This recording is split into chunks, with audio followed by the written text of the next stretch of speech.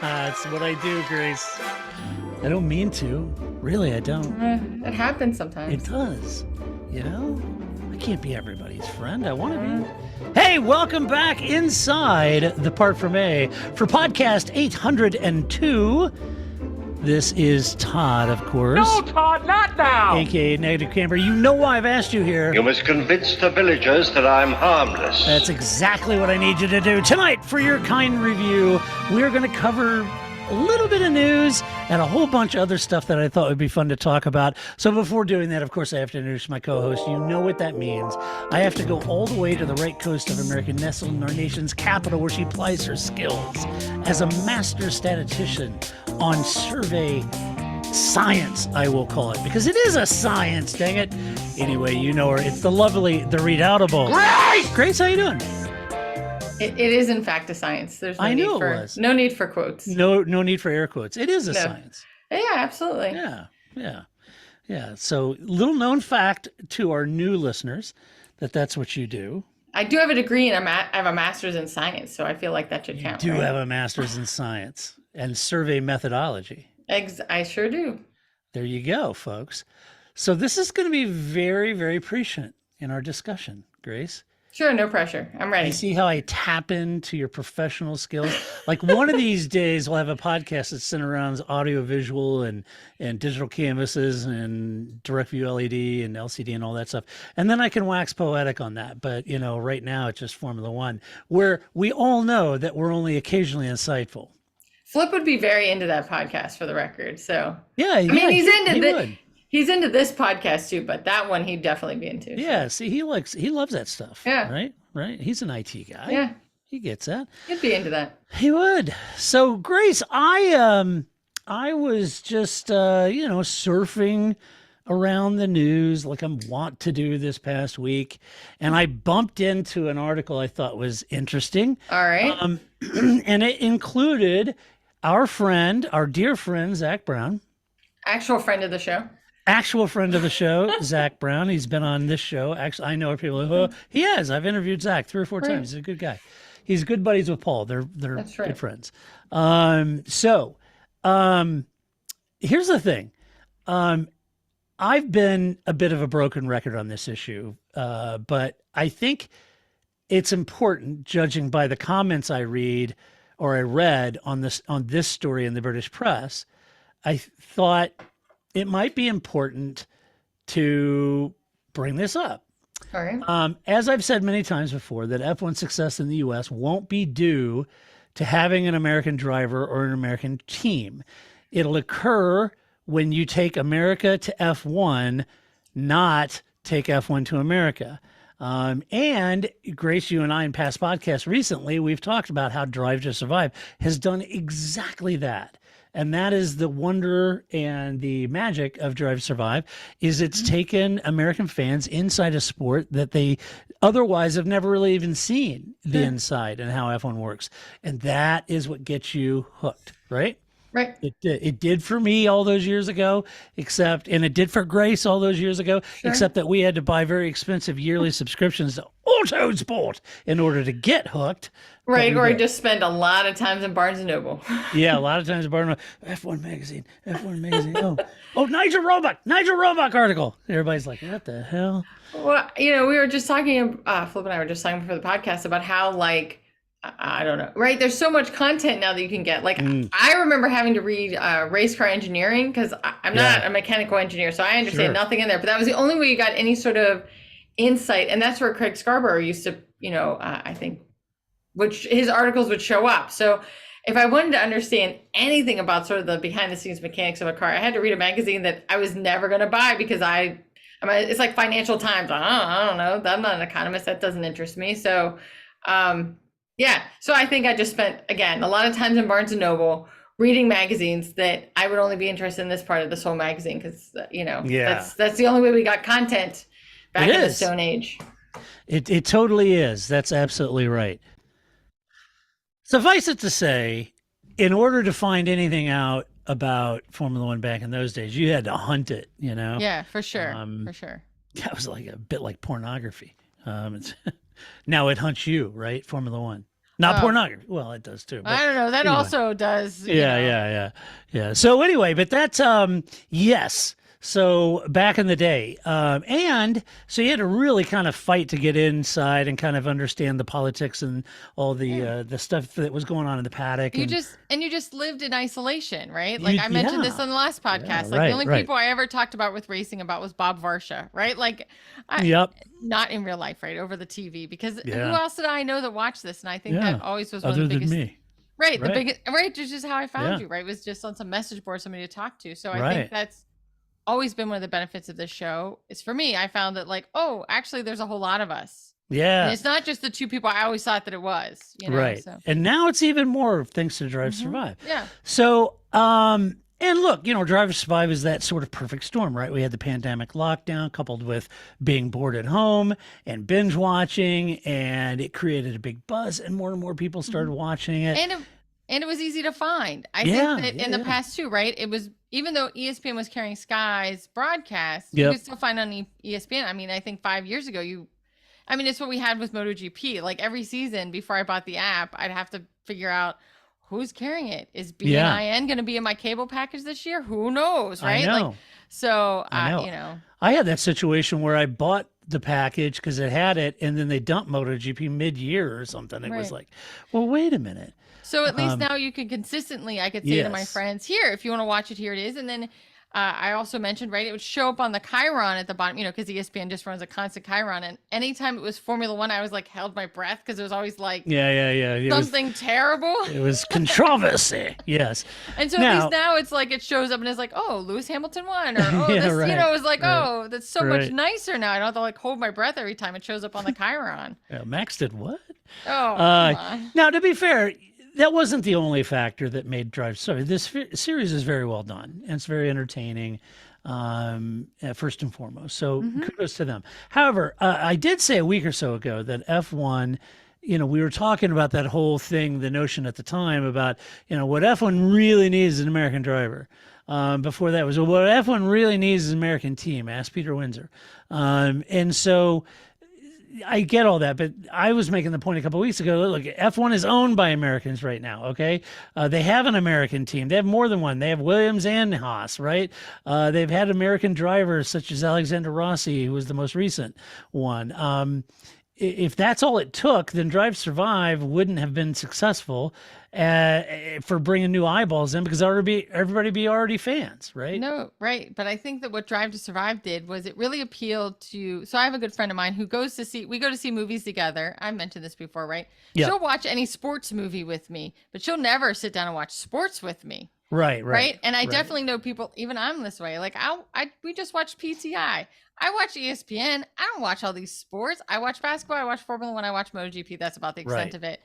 Right. And so I think that you have a lot of people that will dip their toes into it, or they'll like watch, sports talk, or they'll listen to sports radio. And that's where Drive to Survive fits in. It really is a great, talk radio kind of thing, or a podcast that you don't have to watch 23 races and sit through all those hours of not always excitement, or some excitement, which is true of every sport.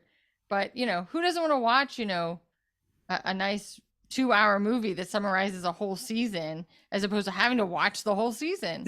Right. That'd be so boring. Oh. And I think especially a sport, that you can't visually see. Like, so if you said to me, hey, Grace, why don't you come over? We're going to watch this Chiefs game. We're going to have some lunch. I can see that was a good play, right? I can see that guy hit that guy, or that guy, caught this great pass. Like, I don't have to know all the nuances of football to be able to go like, oh, I can see that was good. I think in racing, in car racing, that's much harder, because a lot of that is something you can't see or is nuanced. And so I also think that's where something like Drive to Survive helps, because it brings not only the human interest story in, but it also shows you that insight, which is what we're talking about before, right? Like, you used to have to get race car engineering in order to get that insight. And now you have, like Fabrega or somebody like that, who brings in models and demonstrates stuff for you, and all this, the Steve Matchett chalk talks of now, right? Yes. So you can understand how these things work that you can't just see with your eyeballs. Yeah, exactly right. And so when I came across this article, I thought, Well, okay, maybe I'm the sound of one hand clapping, but maybe Zach Brown makes more sense. He typically does. Okay. Zach just makes more sense than I do. Let's All just be right. honest. All right. I'm All humble right. enough to admit that. All right. And here's what Zach said, quote, I think it would be great for both of them to happen, American driver and team, but Yeah, sure. it would further enhance but oh, wait a minute. I think it would be great for both of them to happen. It would further enhance Formula One here, meaning in the US. But we don't have either today. And look how popular Formula One now in America. So I'd love to see it happen, but I don't think it has to happen because Formula One is hot today without it, right? Right, because if that's all it took, you all would be watching MotoGP because they had 6 Americans in the early 2000s, and none of you watch, and you still That's don't right. watch, right? That's So right. it clearly takes more than just some Americans in your sport. That's right. Had the Kentucky Kid. Yeah, right. Yep. I mean, so Yeah. anyway, there's So, clearly more to it than that. you know, I guess I think he's right, and you say, well, wait a minute. He said there's none. There is Haas. Yeah, but Haas isn't the question I think that was posed to him, American based team, meaning that the team is actually based in America. Right. Haas is based in the UK. So they do have a place, certainly Gene Haas does here, and some of the work is done here, but primarily the operations is primarily out of the UK.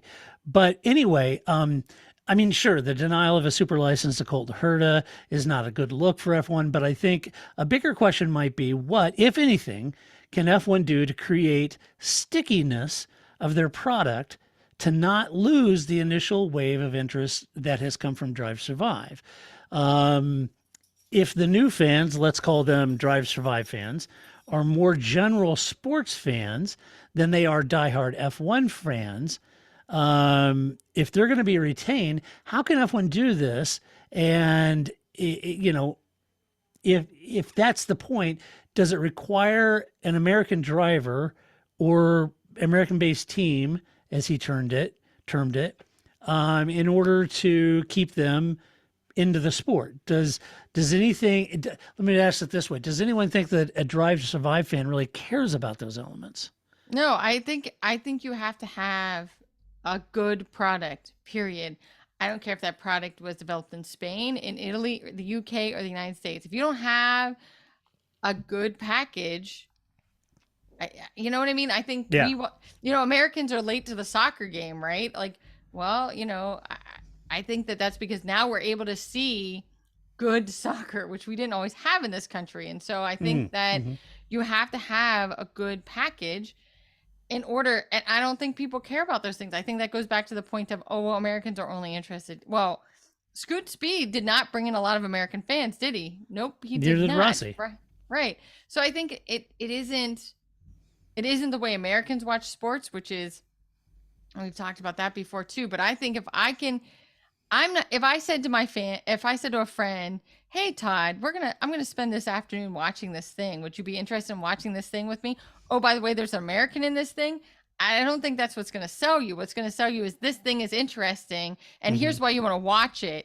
And then you're going to watch it, and you're going to ask questions, and you're going to watch videos, and that's how you're going to get invested into the sport. Not whether or not there's an American, because, a lot of the best soccer doesn't involve Americans, and yet people here watch it. So right. So I kind of feel like it's one of those things that would be additive to the series. Yeah. Sure.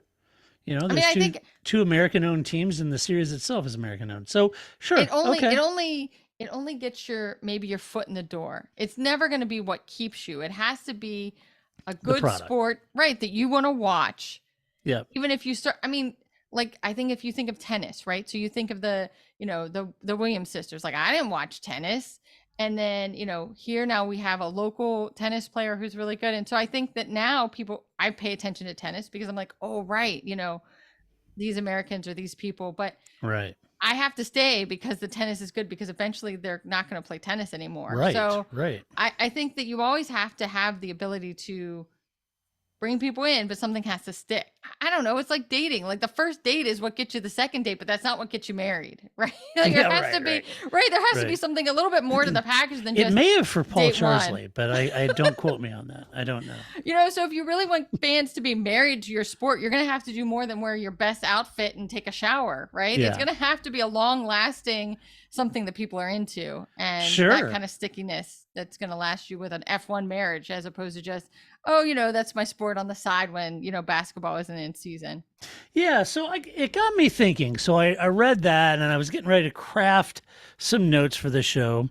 And I got to that story first, and I thought, you know, this is kind of interesting because we've talked about this in the past, and I'm not using Zach Brown to say I was right. I'm just saying it's not uncommon to think that having an American driver or American-based team isn't really going to take F1 to the moon. It's And he already sits in hot, both, right? he sits in both places. He does, I think that's yeah. the other thing too, Yeah, right? He's he an does. American. He's in racing. He's been in racing. He's in F1. He's got an IndyCar team. right? He's got an F1. Right. So yeah. he brings some you know, legitimacy to Credibility. this discussion. Right.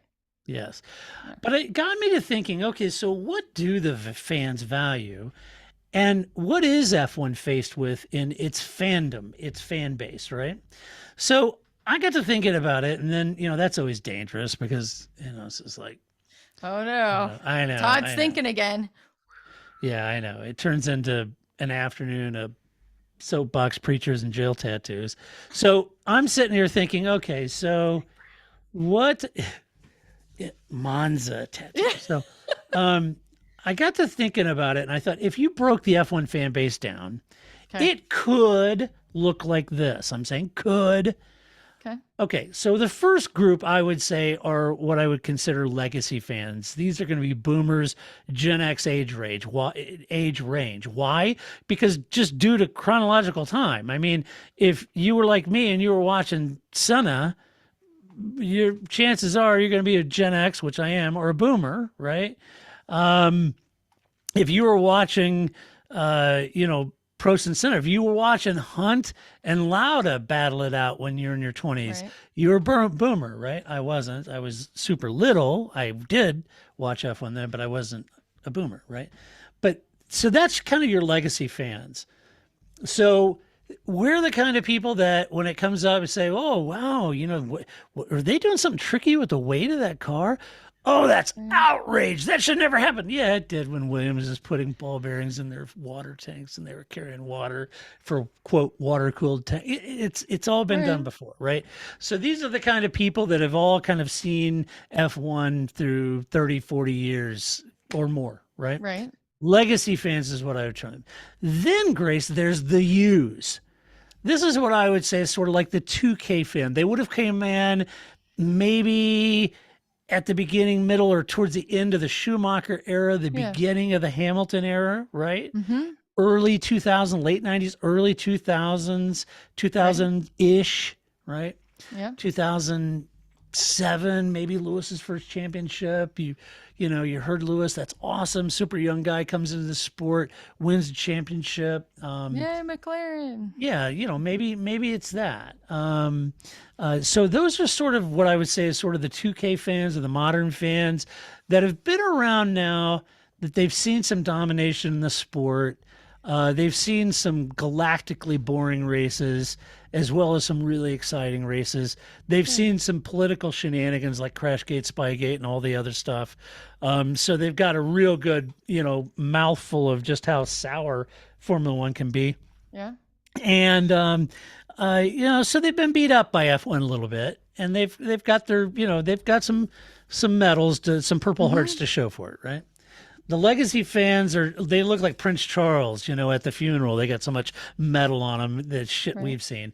And then there's the 2K modern, like you, that have plenty. And then I would say that the new one is sort of the Drive to Survive fans, the new fans, right? Now, they're primarily fans due to Drive to Survive, but I do find it interesting that these are very cross-generational fans. They're not just Gen Z, right? That's what's interesting about this group of fans.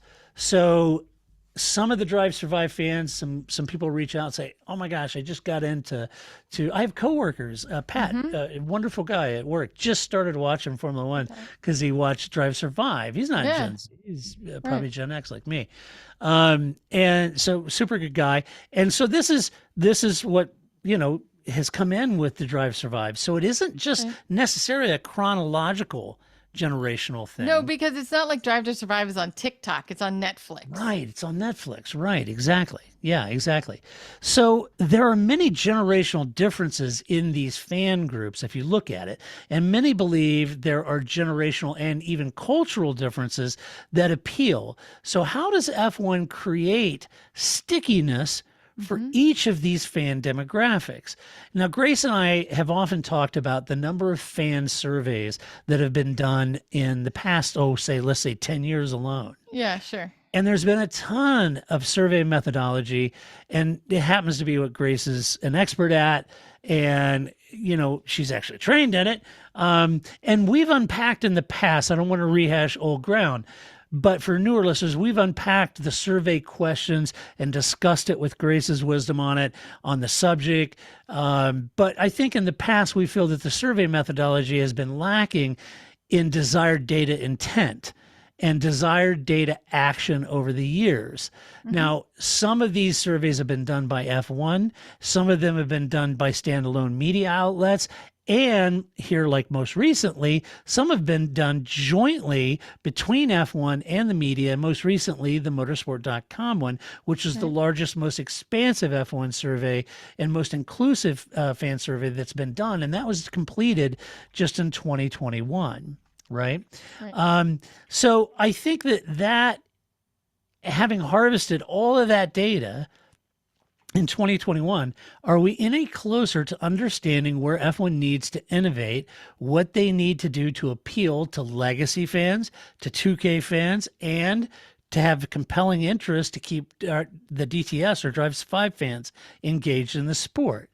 And I think, Grace, that was always kind of our criticism, and I'm bragging on Grace now because she's wonderful, but many years ago, under one of the first surveys that came out, this could have been like 15 years ago, I don't remember, but we were talking about it, and it wasn't the podcast from a cave, but it was probably close to that. Yeah, it was like podcast 6. Yeah, right. And we were talking about it, the survey, and sharing the results and stuff. And Grace at the time had said, there's things about a survey, there's methodology and data points that you're trying to harvest. And I'm paraphrasing you, Grace, but you were effectively saying, don't do a survey unless you understand the intent of the survey and what the survey is trying to accomplish. Number one, is that correct? Yeah. So I think if somebody came to me and said, hey, Grace, we want to do a survey, and I'd say, you have to start with your data table. So you have to start with the end product. What are your crosstabs going to be? How are you going to use this data? If you want to know, should I build a hospital in Todd's neighborhood? Okay, I can work with that. But people want to start with the questions. And that's the wrong place to start, right? You have to start with how you're going to collect, what the data is going to look like, and what you're going to fill in those little boxes to be able to know what questions you need to ask. And so I think absolutely, I think people often don't start there. They just want to dive into what questions I want to ask. Yeah. And And so the other thing that was revelatory at the time that we were talking about it was Grace said, look, one of the things you don't want to do on a survey is don't do a survey if you're not planning on having any sort of action afterward. No actionable tasks, no committed resources to solve for any of the issues, to do anything about the survey data that you harvest. Yeah. And the more times, I'm assuming, Grace, and I'm sure some of you are out there work for companies that are always doing all these surveys, and you're like, okay, well, we saw the survey result. When are they going to fix it? So it's right. So it's one thing if I have, I don't know, some pot of money, right? And I think, well, what Todd's County really needs is a hospital, and I need to figure out where to put that hospital. I have the money to do that. It's not, I always say that it's like the do no harm kind of ethics of surveys, right? I shouldn't ask you questions that I have no intent of doing anything with the data, right? Right. If I'm going to ask people what services, I work in health surveys now, so that's what I thought about, right? Like if I'm going to survey your county and see what health services do you need, mental health services, do you need, what do you need in order for your county to be successful and the people that live there to be successful? And you tell me all this great information, and I run all my crosstabs and I have it, and there's no money to back it up. Well, then I've just wasted everybody's time. I've done you harm, right? So Right. I think you only want to ask questions that you have a use for and that you can back up with something. Although I will add here that often these surveys, maybe get to this point, are for optics. And that does happen. Yes. And that happens to people all the time, that, right? Maybe your county government thinks, I want people to think I care about their mental health services. So I'm going to put out this survey so then it looks like I care. I don't actually care. I have no intention of using this data. That, again, to me, that's doing you harm. Right. But people, of course, do that. So, right. Or they use it as a way to get money out of you. That's the other one too, right? They hook you in with that survey, and at the end it says, "Oh, you're so invested in this topic. Why don't you give me some money?" So that's also a nefarious use of surveys. But optics is what comes out of F1 surveys a lot. That they want to look like they care about you, so they ask you these questions. And they really have no intention of using these answers for anything except to look good. It does, and that's. Can I say this without getting in trouble? I do kind of feel like this last survey, there's a lot of optics around that. I mean, there were some questions and some summation. So you can find this survey if you're not familiar with it. So you just go to Google and put Motorsport F1 Survey 2021, and they publish the results, and you go, and it's a nice document. They've done a really nice job at it. And they have these summation points and bullet points for each section of the survey.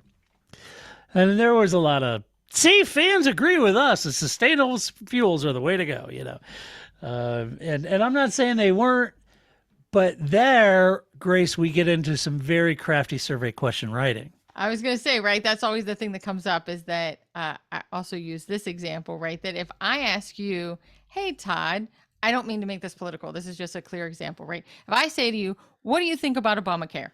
You have an opinion one way or the other, and it may or may not be involved with the word Obamacare, right? Now, if I list you out, here are 3 things that are covered by ACA, which is Obamacare, right? So if I list you 3 points, do you like these 3 points? You might say, oh, those 3 points are great, but you still may be against Obamacare, right? Because that word, it's like the discussion we're having about the Miami F1 race, noise versus sound, right? Yes. What word you use matters, whether you say ACA or Obamacare, or I just list some things that you may be for or against. It's going to affect what answer you have, because words have meanings and they have values, and people think one way or the other about certain things. Yeah. Well, people thought I was crazy when I was on my rant about noise versus sound. No, it makes a big difference. And they know that. And I had these people say, oh my gosh, get off of it. It's it's noise, sound, whatever. But they're not interchangeable words. No, and I believe I cut you off when you brought that topic up, and I went, I write questions for a living. Of course, there's a difference between noise and sound. There's a big difference, and the day that they switched to the turbo 6 cylinders and the lack of sound out of those engines, and there was this sort of visceral response, all of the Formula One documentation and press releases and materials all switched and started calling it noise. Yeah. And to the point where the press, the media, were carrying water for him and all started calling it noise and not sound. I think actually, I mean, this is true of any sort of, if I can say something and you don't notice, like, so if I start calling it noise and everybody's like, Todd, you're just, noise, sound, or something, they've won, right? Like anytime. That's how bias works. If you just put it out there and nobody notices it, and it seems like common sense, that's success. Always look into those things, right? Yeah. And that was all by design. And so then when we talk about doing away with the MGUH and all that, and they're talking about, hey, this glorious sound is coming back of turbo engines. Now magically it's sound again, right? That happens with driver narrative all the time, right? Yeah, right. The words that get attached to you as a driver, they're always very concerned about that, because I'll never meet Lewis Hamilton per se, but we all have, or Fernando Alonso maybe is a better example. I'll never meet Fernando Alonso, but I definitely have an impression of what kind of a person Fernando Alonso is, even though I've never met him, right? He's difficult, trouble follows him and nobody should hire him and he's hard to Right. work with. I don't know him, but yet I have a narrative for him. And there are words that are attached to somebody like Fernando Alonso that may or Right. may not be, or that Max Verstappen, right? Everybody seems to be surprised when Max Verstappen does something nice. Yeah. Yeah. He's a human. He is a nice guy. He's I know. not his Everybody thinks dad. he's everybody thinks he's evil and wicked and all that. And He's funny. not- He's yeah, fine, he's right? not. So I think that's a perfect example for the driver Yeah. narratives often get caught up in these It kind of does. things. So I was thinking, okay, so what do we really know about the future path of F1 on the heels of the largest survey ever, right? Right. Well, we know that there is a focus. Okay. Yeah. Before you go forward with this, the other point I would also draw is that I don't know how they found these fans. That's the other way. I use trickeration. My favorite Oh, your word. sample.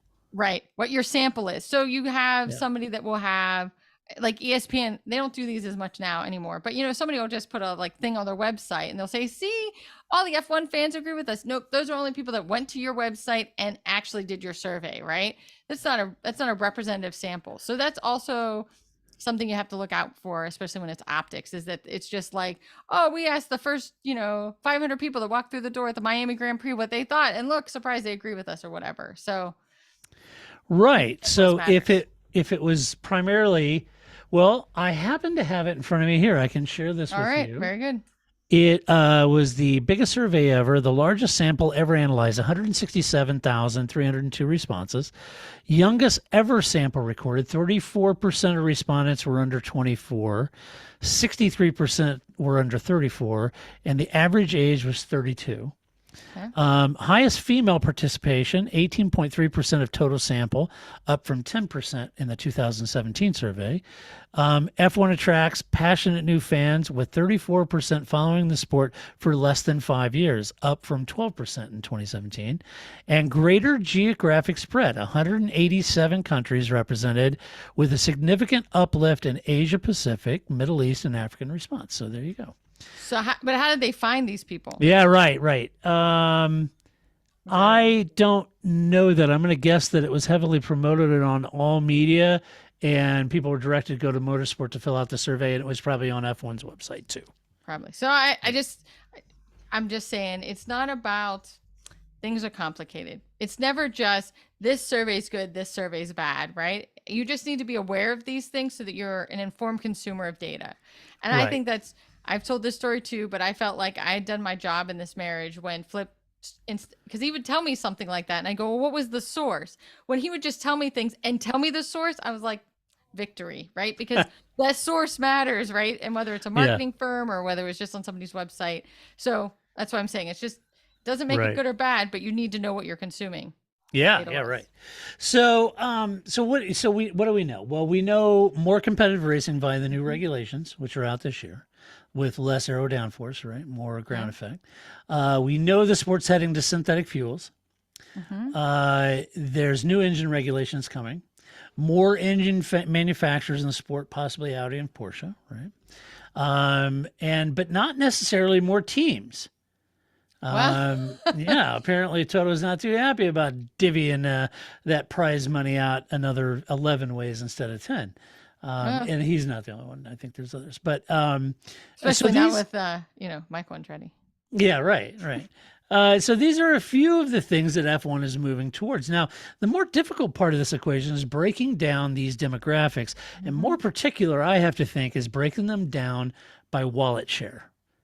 Who invests the most in F1 and why, right? And I think that is an important thing. The generational aspect of any product or service is critical to understand, but the Drive to Survive fans cross generations, and yet I do find that some of them are very challenging to have rational conversations with, hence my meme that I released this weekend. And they can be kind of challenging to have just rational F1 conversation with. Most interesting, I think, is the sort of hate mail I get or receive, or the hate DMs on social media. It would tend to indicate that these new fans enter as, this is the impression I get, that they enter the sport as sort of just general sports fans, but with very little interest in the history or DNA of F1, right? And while that would be like an anathema to legacy fans, we were like, what? You don't care? You know?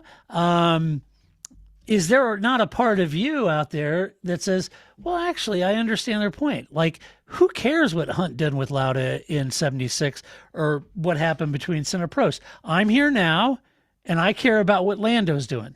But right? I think those, you have to understand those historic beefs, if nothing else, right? So you think of somebody like Fernando Alonso, who's in the sport now, who's been in the sport for 20 years, right? You kind of have to understand his entire span across the sport to really understand how we get the Alonso we have today, right? Right. And so I think that, again, I think that's true of any sport, right? And especially when they move teams and switch teams, which doesn't happen as much in Formula One as it does in other sports, but I don't know. And there's a YouTube channel. They do like, rules, like why are rules in the way they are, right? Yeah, right. And so I wish they would do that for Formula One, because of course nobody watches Formula One in the United States, but because I think like how many of those rules would be Michael Schumacher, right? So I think how we got here, you have to kind of understand that, how we got there. Like I was like reading the labels on products, and it's like, oh, this contents may be hot. Well, who sued over that got put on the cup, right? Like McDonald's. There's some, right. So there's some interesting backstory to understand how we got here, that you have to have some history. I think that enriches what you know about now. So you may it does start out right now. Like yes. For sure, when I started, it was just enough to try to keep up with 2000, 2001. Yeah, but as I got sure. to like 2006, I had a little more bandwidth to be able to think about the history, because I kind of understood the current. Right. So it's Drive to Survive is very much about the now. Right. Sure. Watching the sport live as it unfolds, very much about the now. But even if you watch Ricciardo across 3 seasons, right, or 4, I don't know how many Drive to Survive there's been, right? So now we're starting to get enough Drive to Survive that you are getting a trend line, right? You can watch Danny Ricciardo across the multiple, because he's been somebody who, in real terms, has switched between three teams within Drive to Survive. Right. And I think that's a really, really important point, because while I'm sitting here saying, in my mind, and maybe it's just the kind of fan I am, I can't imagine not caring about the DNA and history of Formula One and being a fan of the sport. Now, maybe that is a generational thing. Maybe it's not. But I think like the Ricardo, you brought up that, I think it's the Ricardo event, being asked to leave early from McLaren's a good example. There was complete outrage. There was literally people on social media, this is unprecedented. This is outrage. You just sue him. And it's like, well, it just happened a couple of years ago with Kimi at Ferrari. It's not unprecedented. It's happened many, many times in Formula One. Yeah, contracts aren't worth anything. I don't care what happened then. It's an outrage now. And he's like, okay. Well, okay, but I also think, come on. People, I've made this statement before, but I think that, of course, our first emotion, because it's our favorite emotion, is outrage, right? We love living in outrage, right? Yeah. And especially when it's my outrage against somebody else. I told you this was going to happen, right? Like we love that, right? That's where humans live. But your next thought has to be, okay, so what's the reality of it? And so often, like if you watch a news story and you're like, I mean, this happens in sports too, right? So like when you had the Oscar, you had Alonso come out that he was leaving, and then the whole like nightmare of like what was going on with Piastri. And I was like, I just got to give it a week. Somebody will figure out the timeline. Yeah, just give it a time. That's what we need. Yeah, I said, the outrage is fun. And then eventually the race did. They figured out like how these pieces all fit together, when Ricciardo knew, what McLaren knew. Yeah. But we had to wait until the court trial happened. Yes. So once the court trial happened, and then it all came out into light, and now we can kind of see how all these pieces fit together. Yeah, you can connect the dots. Yeah. And now we can have that conversation. But that's the second step. The outrage is always what comes first. And I would just say on the outrage side, the thing is, you got to let the game come to you. Yeah, right. Let the game come, and I got a couple of emails, 2 different people asked late last week. And I was reading them, I was thinking, oh my gosh, just the anger and stuff. And I was thinking, I've come to realize that for people like that, it's whatever has happened in F1 prior to them being a fan is completely irrelevant in the world. and that the only thing that matters now is their personal enjoyment of the sport, so long as it changes to include all the elements that they find important today, be it directly associated with the sport or even secondary or tertiary to sport. It could be political, social, economical, religious, whatever the cause may be. That's all they're focused on. And even when I would say, well, this happened, 10 years ago, I don't care. Talking about now. But Well, I think, okay. but But I think yeah, even go if- ahead. I cut you off. Sorry, but I think this happens in other sports too. But I think especially in Formula One, where it's like, we often refer to teams by where their headquarters are located Yeah. because somebody just bought those assets, right? Like Jaguar became Red Bull, and Yeah. Braun became Mercedes, and like Right. so, like you have this team begat this team, because they all came out. It's the Tyrrell, Brackley based yeah. team, right, or the Grove based team, right? Right. Because they all came, unless you're Ferrari, you all came out of somebody else's team. Right. To get here. And so I think you have, I get that. That's why I'm saying, like, when I first started, I think there was so much for me to kind of wrap my head around that I was really only interested in the right now. But I think as you get into the sport more of that kind of seeps in, and you have more Right. space to kind of go, well, so what? So why is everybody so big on Williams, who haven't had a good team since what? Yeah. 05, yeah. when with Ralph and JPM, 05. Just a hint of curiosity is all it takes. So why do we all care so much about Williams? Why does Grace Yeah. and Todd talk about Williams? We just want them to be Right. successful, right? What's the Right. history of that team? Well, because they used to be successful, but that takes you, Right. takes some history to see that. It does. And look, I don't really care either way. But it kind of does go to show that many of the DTS fans may simply be sports fans, some of them. Yeah. Who view F1 as fertile ground. It's a sport that, needs to be modernized. They can mold that. They can make some changes, and it's going to be thoroughly enjoyable for them. But in some ways, they're looking through it sort of through a singular lens. With little care or regard for its rich history. They don't really care.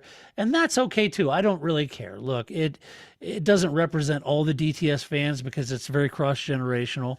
No, of and course.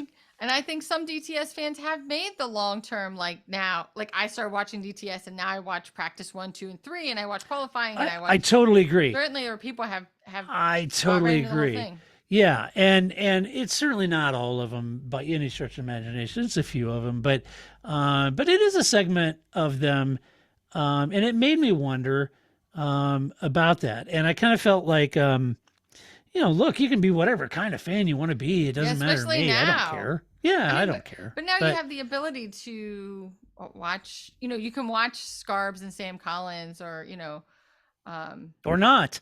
right. Right, or you can just watch. I always refer to Hard Knocks, right? Because that's the football version of DTS, right? You can just Yeah. watch Hard Knocks and enjoy that, and eat pizza with Todd on Saturday Yeah, or on whatever. Sunday while you're watching don't the care. Chiefs game, and that can be all you get out of football, and that's fine. Yeah. I mean, Yeah. I really watch sports for trash talk, so to me that's Right. the perfect level of sport Right. football. Like we'll just go eat some pizza and I'll Right. pick on the Chiefs for 2 hours. This is a great afternoon for me, right? They deserved it this weekend. Right. But- But some people, right? Like I get up in the morning. I watch Formula One. I watch MotoGP. It's my sport. It's what I do. It's my sport. Yeah. And it doesn't matter if It anyone is. wants to watch with me or not. That's what I'm going to watch. So Yeah, that's okay. Look, I think Formula One has plenty of room for casual fans. I don't think that's a big deal. And nor do I think that anyone that has come to be interested in Formula One via Drive Survive should turn into an absolute historian of the sport. I'm not suggesting that. I'm at not all. Sebastian Vettel. Yeah, exactly. I don't have the So- memory capacity for that. Yeah, look, you've picked up a new sport and you were already watching college football on Saturdays, NFL on Sundays, baseball and hockey, and how the hell you're going to squeeze in another sport and how much you're going to dedicate to don't. it is a personal thing. I got to So leave the house. Yeah, so I totally get it, So if once in a while you get on social media and you do a drive-by shooting of Formula One because you think something's outrageous, that's fine. You be you. But it did make me wonder, but I say that, but please spare me the hate mail because that dog don't hunt. But it did make me wonder where does the 2021 survey hold up under the stratified new generational and cultural fan base, right? So I went back and looked at it, and they had F1 brand attributes. This is from the 2021 Motorsport Survey. They said, building on the 2017 success, F1 brand perception and fan satisfaction continue to improve. F1's top 5 attributes. These, ladies and gentlemen, at the time, keep in mind, just a year ago, these were the top 5 attributes. But did this given. come from a list? This wasn't open-ended, right? This No. must have come from like a list of 12 things. To your right? point, you load the question, right? Right. Okay. So here's what it was. Number 1, exciting. Sure, it's a sport. 2, I want that. technological. That's good. It's Formula One. That's if you're not into that, then it was the wrong sport for you. 3rd one, this one's a little. 3rd, It's weird. expensive. What does that mean? Why do I want it to be expensive? What is? I don't necessarily need Formula One. I wouldn't. Okay, yeah. Actually, I don't want it to be expensive. No, I'd like to go to the races. You I'd know like how to many- go to the race. I'd like to buy a key fob for a Williams key fob that didn't cost me $1,000. I've had several people go, I want to go to Vegas. I want to go to the race in Vegas. What do I do? I'm like, Punt. yeah, Watch it find on a, TV. Find a Yeah. rich friend. Right. Good right. luck. So that was 3, expensive, which I thought was odd. That is weird. 4, competitive. Sure, it's a sport. Yeah. And number 5, entertaining. Wow. Top 5 attributes in the largest fan survey ever completed in 2017. Now, 50% plus improvement in brand health versus 2017, with growing sentiment of F1 delivering just the right balance of sport and entertainment. Yeah. Really? Okay. All right. I think what I worry about is I hope that Formula One, I've said this a million times too, has learned Optics.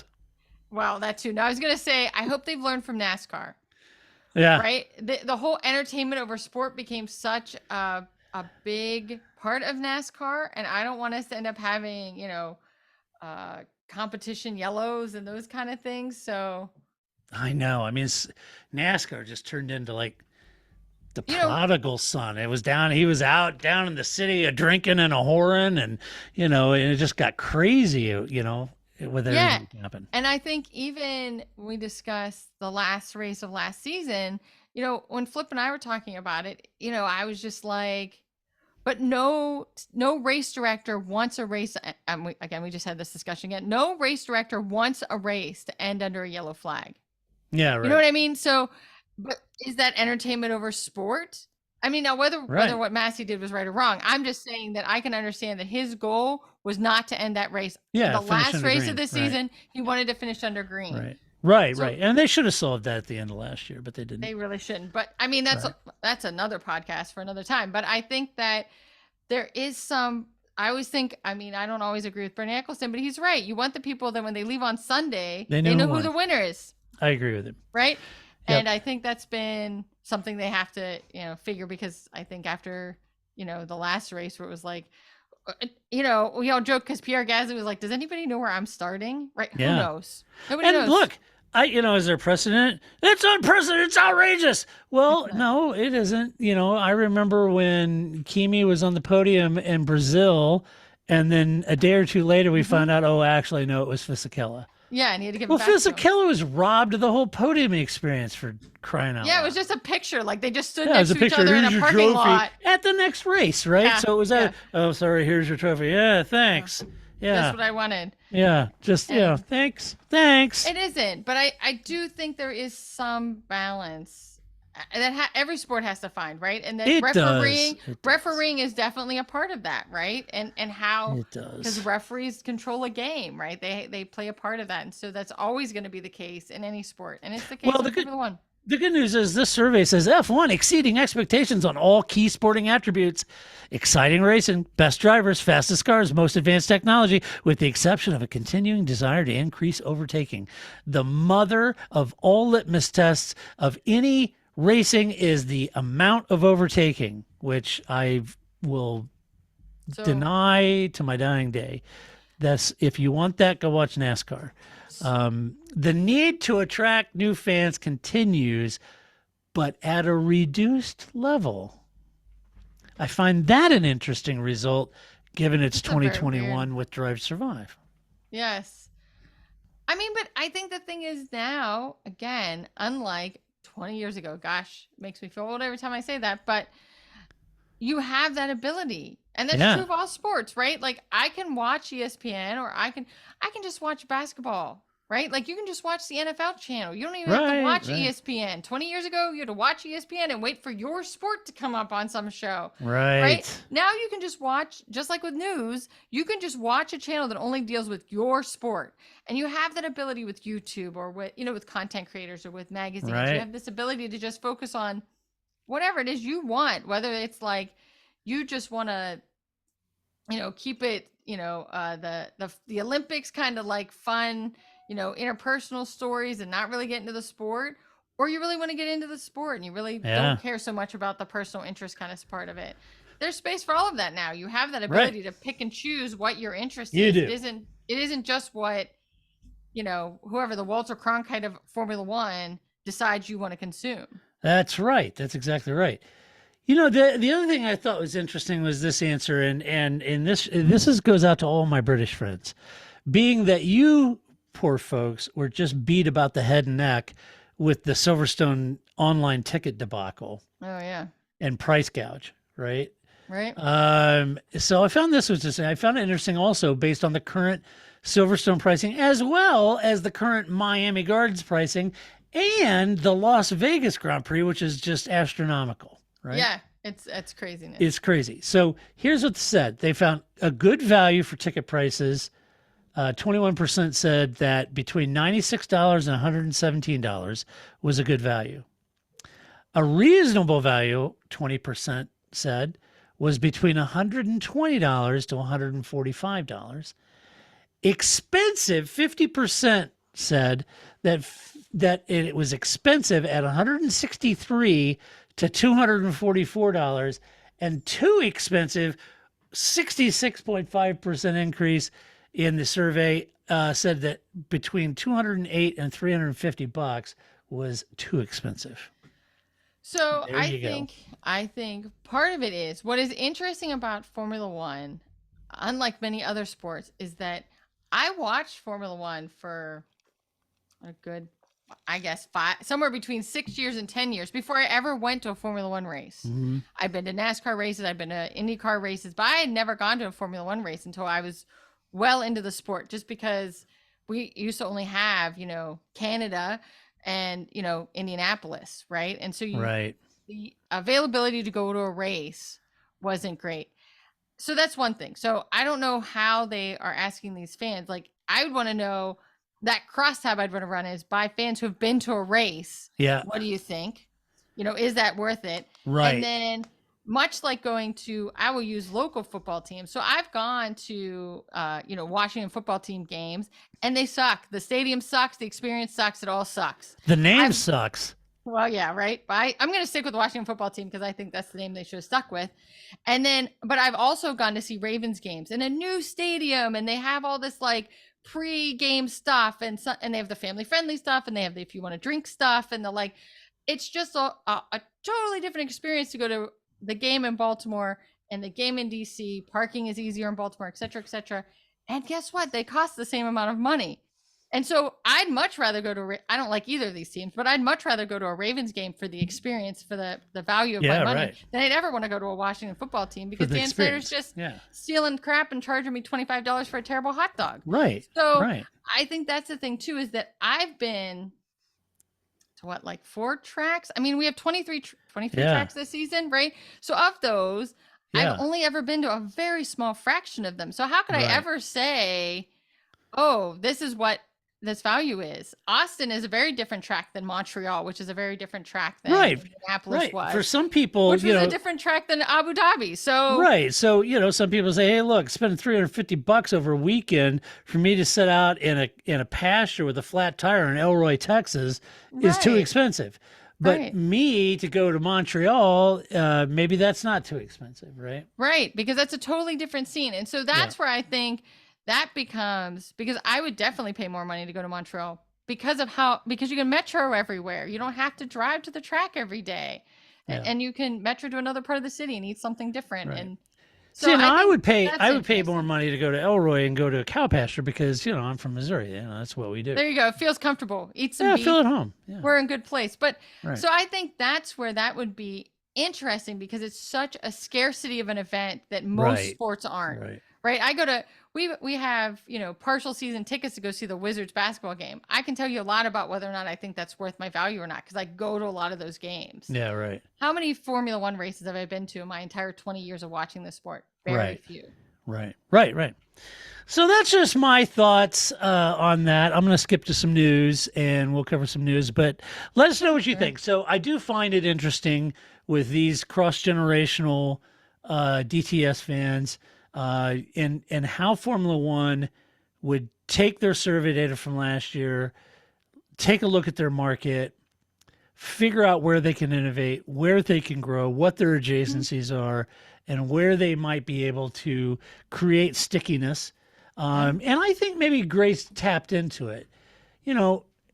So people that got hooked on Drive to Survive in season 1, well, they've now seen a good portion of Dan Ricciardo's career unfold. And so maybe it's just, maybe it's my own advice. Just let the game come to them, give it time, and in time they'll get invested over this current crop of drivers, this current crop of politics, and this current crop of issues. Yeah, because you're going to have George and Lando and those guys. They have 10-year careers ahead of them. Yeah. Yeah, the days of the old guard, the Vettels, the Alonsos, the Hamiltons, those are waning days. And so I don't know. Nobody told Magic Alonso that these were his waning days. Yeah, I know. Fernando 08 now is Fernando 23. That's right. So anyway, all right. In other news, driver news, by the way, this just in, Nicholas Latifi's out at Williams for next year. Wah, wah. Yeah, so I think we could. I think we all. Yeah. So there you go. Yeah, Latifi's been out. It's his money that's been in. So clearly. Yes. And having said that, let's go on to other news. The new 2023 calendar is out. You'll be happy to know that Monaco now is going to stay through 2025. Monaco is the new Spa. It is the new Spa. And speaking of, Spa is going to be on the calendar next year. Speaking of every year, will Spa be on the calendar? It's funny, this survey, in that survey they took a year ago, they were the untouchables. It was Silverstone, Monaco, Spa, Monza, I think Japan. Yeah, right? Untouchables. Suzuki, those are the ones I'd put on. Yeah. Let's see. Oh, and then finally, this is like, I saw the race and then I didn't read it very closely. I didn't read it close enough because I knew Vegas was on there. And then a article came out and I thought, oh, wait a minute, what are they doing? So Las Vegas is going to actually happen on the Saturday night, not Sunday. And the race is going to be ran at 10 p.m. local. That's midnight for you. Oh, yeah. Well, I mean, I'm old. I get up at 2 a.m. I take a nap and then get up at 2 a.m. to watch Australia, right? Like, it's not like I stay up all night to watch that. So, yeah. Well, what time is that in England, though? Well, they're 6 hours ahead of me, 5 hours ahead of you on the East Coast. So, I was like, okay, wait a minute. You guys have been beating the crap out of Americans for decades now, where we got to get up at 5 a.m., 4:35 a.m. to watch F1 races. And now when you finally do come to F1, you make it start at like midnight or 1? What do you do? What are you doing? I don't know. I was just having this conversation. I prefer when it's not in my time zone because then it's on, like Singapore is on at like 9 in the morning or something like that. Yeah, right. I can get up, I can make a nice breakfast, have my coffee, watch the race. It's over. I have the rest of my day. I hate it when the race is in Brazil. It's in the middle of the afternoon. That's my whole day. I'm like, I've got so used to being done with my Formula One, addiction early in the morning and leaves the rest of the day. You're right. I can sit there with my bowl, my milk, my Frankenberry. And all right, blueberries are the best, but I just think that whatever I always like Quisp. I like getting up early in the morning and just and then it's done, and then I don't have to, because nothing's worse than having to tell people Again, now it's not so bad because you don't have to use the VCRs. But in the old Yeah. days, you have to be like, I can't come play. I gotta watch the race because if Gotta I didn't watch the watch race. it, I didn't watch it. I know. And you were one of those fans. All right, let's do some Alvin's Cat, shall we?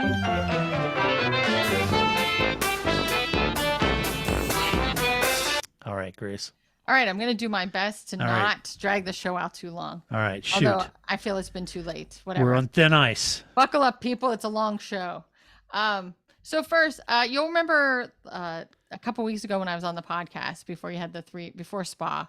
Yes. I talked about my obsession with Drumeo, the YouTube channel. Yes, you did. All right. So, and several people were like, "Why? We didn't even know you were a percussionist." Well, now you've learned some insight. So Yes. anyway, well, while you were all watching, Spa and Monza and living your happy lives, we bought an electric drum set because, I mean, they're not cheap, but they're not that expensive either. So, Really?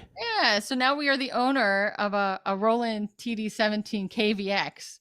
And because TD17 KVX. yes, because so when we first started looking at them, one of the big criteria is the type of the drum head, whether they Yeah. are rubber or mesh. I refuse. I kept telling Flip that. I'm like, no family member of mine will be playing on a rubber drum head. That's what children play on. That's what you play on in 4th grade when you're learning how to play drums. You play on a rubber drum head. Right. I don't think so. So that already set your bar up higher. Because originally when we were looking at the sets and they were like, oh, you could do this and this. I'm like, those are for children. We will not be playing on that. And then you have to have a snare drum that's the size of an actual snare drum. So Right. that also then affects the price. And then I'm just all about cymbals because really that is the best part of a drum set. Well, If it you don't is. if you can't just like hit like 17 cymbals. So ours has So you're 3. playing the trap. Yeah, man, it's pretty sweet. And so it's nice because you can cool. just wear a headset and then I don't have to listen to somebody else playing the drums. Well, that's true. So that's true. nice. And you just run it through I mean, it comes with a computer, but we run it through our computer. But, and then you can just change everything. You can change the zones, you can change the sound. You don't have to, you're not confined by, I have this acoustic drum set and this is all I can play, right? Yeah. So you can play any style you want. I'm all in. So Wow. if you need any advice on what electric drum set to buy, we've done all the research, but it gets narrowed real quick when you want a real size snare drum and, mesh drum heads. So it comes down to a very narrow. Yeah. Yeah. Because I refuse. It's just like, I don't know. Cars are the same way. Like at some point it's like, you can't park that in my driveway. Like that's not acceptable. And so no family of mine will be playing on rubber drum heads. So I did want to give that update that we now own an electric drum set, and I highly recommend them. It's a How lot of about fun. that? Yeah. See, I don't play drum. I play guitar. So I don't. Well, slowly, does Paul play an instrument? We could slowly form our own band. Paul is an instrument. He's an instrument of destruction. He's actually the person that plays that really bad recorder version of the F1 intro, right? That's actually Paul Parsley. He does. Paul, now I guffaw, but Paul was in a band. He was the lead singer. He's the actual one with you have musical talent, but he's actually the one that's in a band. So I shouldn't be throwing He and I shade, both. We played in bands there you go. throughout So our formative years. we could form a band. We just need a keyboard and a bass player. Yeah, there you go. we'd be fine. We'd be good. Yeah. And we could do that. And we could have our own little, Parc Fermé band. That's right. Anyway, electric drum sets, pretty cool. And That's then hip. the other thing I wanted to get into was also during those 3 races when I wasn't on, F1 Manager came out. And yeah. this game, it's pretty deep. Flip plays it. I'm like, I can't. I'll never leave. I will lose my job. That is all I will play. I'm afraid of getting into F1 Manager. But what I now find is that, so he plays F1 Manager. He already does the F1 sim, right? So he has a whole sim rig.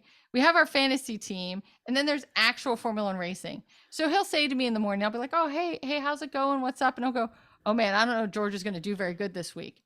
I don't know what he's talking about. The one time I'm thinking, why, what happened to George? Oh, he's talking about F1 Manager and not like the actual George Russell, the human being. Right. This has definitely complicated my Formula One life now because he just will be like, oh my God, did you hear what Too happened many to Ferrari? storylines. What are we talking about? What happened to Ferrari? Oh, our fantasy team. Yeah, we're just barely beating Florida Racing. I know, it's pretty bad. So I just think while I I've enjoyed these games. I enjoy playing them. I enjoy fantasy, especially that Flip manages it, and I just, give some wisdom and he manages it. But it is very confusing because now I have no idea when he just like, did you see what happened to Lewis? I don't know what we're talking about. And I just have to kind of listen and then go, oh, you're talking about in the race this week, your race this week, not the actual race that we're watching. Yeah. Yeah. But F1 Manager, if you haven't played it yet, I highly recommend it. You'll be addicted. Okay. It's pretty fun. Pretty good. All right. I'll check it out. Is it time for my no shit headlines? Yeah, it's all you, man. Okay. All right. First no shit headline up is this, Jim. F1 fans receive apology from British Grand Prix chief who promises changes after complaints. Complaints about what? Well, after That's the very whole broad. price gouging and they had to shut ticket sales down midday and it got overwhelmed and it turned into one big debacle. And Lord. I'm sure I have a lot of complaints. I wasn't even trying to buy tickets for the British GP, but if you're just taking complaints, I'm sure I have a few you could fix for me, sir. Well, it was really complaints about the whole online ticket debacle. And I just think the term complaint is nice because judging from the British folks that I was reading, they were ready to storm the keep, Well, I think also complaints. So I've told this story too, so when I was in graduate school, we would get articles and we had to buy them, right? And it was a binder this big and you had to pay for them and they'd be missing pages and we'd get mad and the professor would be like, go to the library and look up the article and photocopy it. Right. Nope. I paid money for this, right? You didn't give it to me for free. I paid money for it. I expect all the pages to be there. You go to the library and you photocopy the missing page, right? Same idea. This isn't a complaint. I'm paying this much money. I have some expectation that goes with this money. Yeah. It's not just like I'm complaining because I'm too lazy to go to the library. So I think the use of the complaints, it's more like after we screwed the heck up. Yeah. Right? Yeah. It's not really, they're not complaining. They're screwing up. Right. Yeah. My bad. We messed up. Exactly. Right. So this headline I didn't understand at all. And I don't want anyone to explain it to me. I just want it to exist in its own universe on its own context. Okay. So here it goes. Stunning boxing ring girl Kaylee DeBono works on Silverstone grid just hours after Joe Joyce's win over Joseph Parker. So is that Don't have a clue. Is that the woman that walks around in the bathing suit with the sign? I'm gonna guess it is. But I don't know. I don't know. I don't watch this boxing. This is all very British. I don't know. I just found the whole thing a complete litany of name dropping. I have no idea who any of these people are. But I do wish Kaylee the best in all her future endeavors, be it boxing ring girl or grid worker at Silverstone, whatever. I don't know, right? And I don't know what got into Joe and Joseph, but you guys need to sort that out between yourselves. So figure that out. And buy some more consonants. I don't know. Next headline, Daniel Ricciardo reveals stunning girlfriend Heidi Berger, quote, eliminates stress, end quote, after F1 contract woes. That's a little TMI, Dan. What the hell is that? I don't want to know that. Earlier you said porn follows you. I think that may have happened. That's it right there. Exactly. And Dan, I don't need to know that about you. No, I'm going to put this out there. So this has happened. I'm sure women who listen to this podcast, your significant other, I'm straight, so significant other male, driving the car, driving like an idiot. I've told him he's driving like an idiot. We get pulled over by the cops because he's driving like an idiot. It never fails that after the cop yells at him for it, he then goes, what about your girlfriend over there? Don't bring me into this. I'm the passenger. He's the idiot. If your police officer have a problem with him, talk to him. Don't bring me into this. That's how I feel about this too. Right. Ricciardo, if you're stressed, don't bring me into this. I don't want to be in your headlines. I don't want any of this. You keep it between you and whatever you want to tell the press. Don't bring me into this. Right. Don't post me on your social. I'm just the passenger here. I agree. This is between you and the police officer. I already told you were stupid. I agree. Let's see. Next up is, I wish it was about pure quality. Lewis Hamilton pleads for more equality in F1 cars as Red Bull and Ferrari dominate. Well, Lewis, Somebody do who you might need remember the some last history. 8 years? Right. Speaking I of mean, DTS honestly, fans, I mean, you've had 1 year here that you've been a little off the boil because of a dodgy card that Toto Yeah. insists that you guys just haven't unlocked. And though, I mean, so this is now you're calling for equality of F1 cars because they're dominating? Dude, you beat the literal stuffing out of the entire grid for 8 seasons, okay? And nobody was asking for equality of cars at that time. So just, stiff upper lip and move on. I don't know. That's I don't know. And Okay. I leave that to the team principals. You just Yeah, you beat yeah. Kimi Räikkönen. You just get in the car and you drive and you leave You that drive. up to the That's to right. You leave the I'm just asking for a friend up to the team principals. Yeah, just asking for a friend. Next up is Oscar Piastri will earn $30 million less than teammate Lando Norris in his first season. All right. Okay, but he could be earning $30 million more than Daniel Ricciardo. That's what I was just thinking, but I don't know how much Ricciardo made at the team. I don't know what he made at the team. I don't know. And it's all speculation. We don't actually know. It is speculation. Should we really know? There's Grace on a drum kit. There you go. I don't know, but it's not like in basketball, you have all this data, and so it's much more fun. You can figure out contracts. You know that guy costs that much, and that guy costs that much. So Lando's making a hell of a lot of money, is what that tells me. Yeah. So from a young lad. Well, they've signed on to him for like the next 20 years. So they did, yeah. We'll see how that goes. And finally, F1 teams angered by FIA's surprise announcement of the 24 race 2023 calendar. Apparently, the F1 teams didn't know the FIA was going to just spring that out to them. It all goes back to Eddie Everywhere. Eddie Everywhere. That's right. He didn't tell him.